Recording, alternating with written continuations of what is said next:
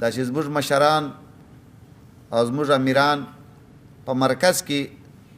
خپل پر ولس او ولسو او ولایتو او ولسوالیو باندې یادونه کوي، وخت نا وخت د دوی د حالاتو ځان خبري او خدمتونه ورته کیږي، موږ ته ډېر د خوشحالي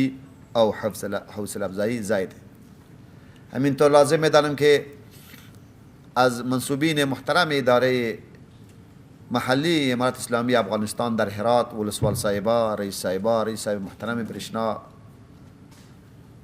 اراکین ملکی و نظامی، معاون صاحب قل اردو، تمام مردم متدین 4 ولسوالی محترم کاروخ، پشتون زرغون، اوبه، چشت شریف که امروز به برکت و همت مجاهدین امارت اسلامی افغانستان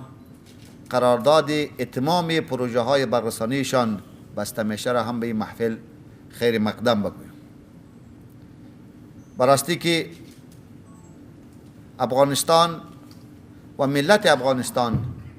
لیاقت هر نوع خدمت را دارد و مجاهدین امارت اسلامی افغانستان کمر بسته کرده که اگر دیروز در مسئله جهاد و سیاست